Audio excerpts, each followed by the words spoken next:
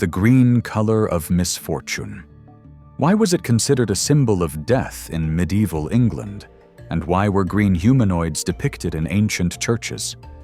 The leader of the Scythians, the spirit of the forest, and even the devil himself. Each of them could be hiding under the guise of the Green Knight.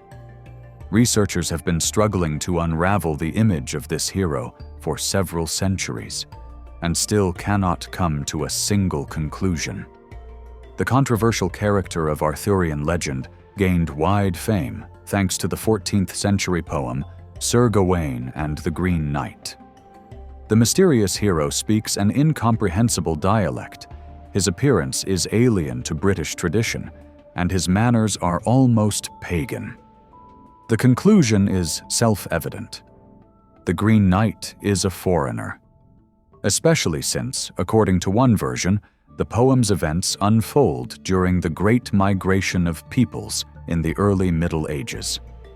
It was then that a significant number of foreigners entered the territory of English folklore, and indeed, if one asks who could have been the prototype of the Green Knight, a whole list of nationalities that could have come there comes to mind. Experts on the Nart epic of the peoples of the Caucasus recognize the hero Soslan, a character from Ossetian legends, in the image of the Green Knight. According to legend, the daring and fearless warrior left his native lands to prove that no one on earth could compare to him in strength and courage. But did Soslan really challenge the Knights of the Round Table? Most researchers believe this is unlikely. There is no reliable evidence that the Ossetians reached the misty Albion in the early Middle Ages. According to one version, the prototype of the Green Knight was the Scythian leader Arsacon, who collected tribute from conquered peoples.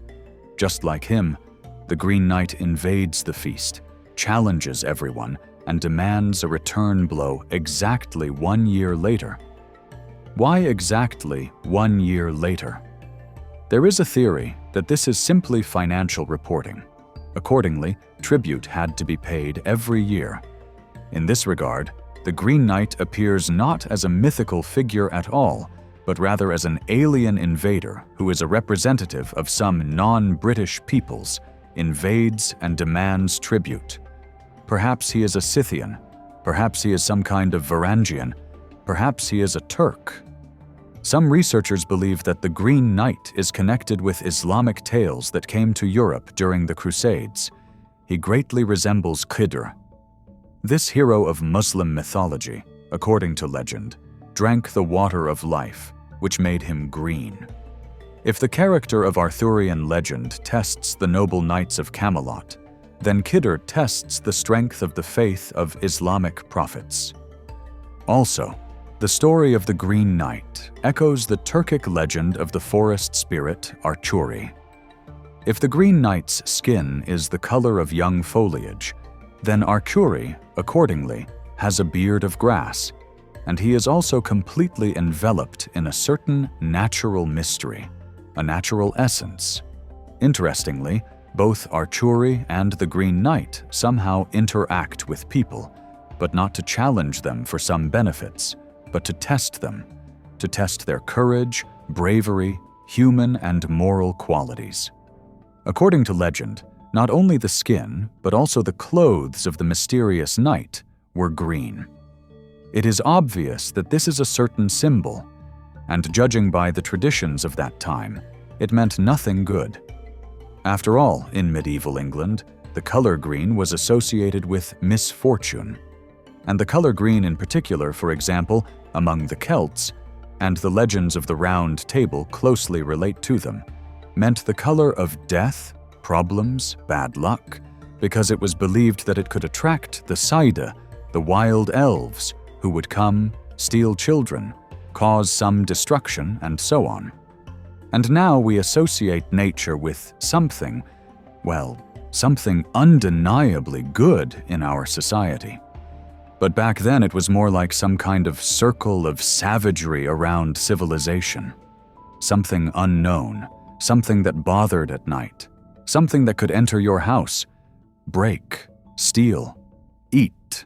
Friends, I would like to recommend you a channel where you will find historical documentaries and deep dives into the past, from ancient civilizations and forgotten legends to historical secrets and untold stories. We bring history to life with expert narration and stunning visuals. Explore the history of ancient empires, historical figures, and rare historical facts, revealing the secrets of the past. The link to the channel will be in the description under this video. But at the same time, in the art of the early Middle Ages, there are images of human-like faces, as if made of leaves. Such ornaments can be seen on ancient European tombstones and churches, including English ones. The so-called image of the Green Man is interpreted by many researchers as a symbol of rebirth. He embodies the awakening of nature in spring. It is quite possible that exactly this natural meaning is embedded in the figure of the Green Knight. Moreover, some researchers believe that there was a translation error in the designation of this character. Let's turn to that very adjective that is present in the words Green Knight, the Green Knight.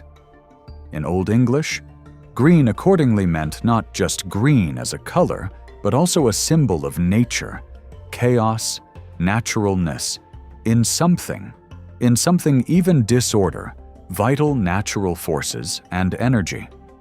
Accordingly, the Green Knight quite possibly represents the forces of nature, which in some way symbolically appeared in Camelot, a stronghold of order, to test it for integrity. Thus, the colorful character of Arthurian legend most likely had no real prototype. This collective image embodied some higher powers. There is even a version that the devil himself tested King Arthur's companions in the guise of the Green Knight. Others call the mysterious hero the Messiah. Still others consider him the embodiment of the ancient Greek god of death, Hades. In one thing, researchers are unanimous. The image of the Green Knight is so multifaceted that one can argue about him endlessly.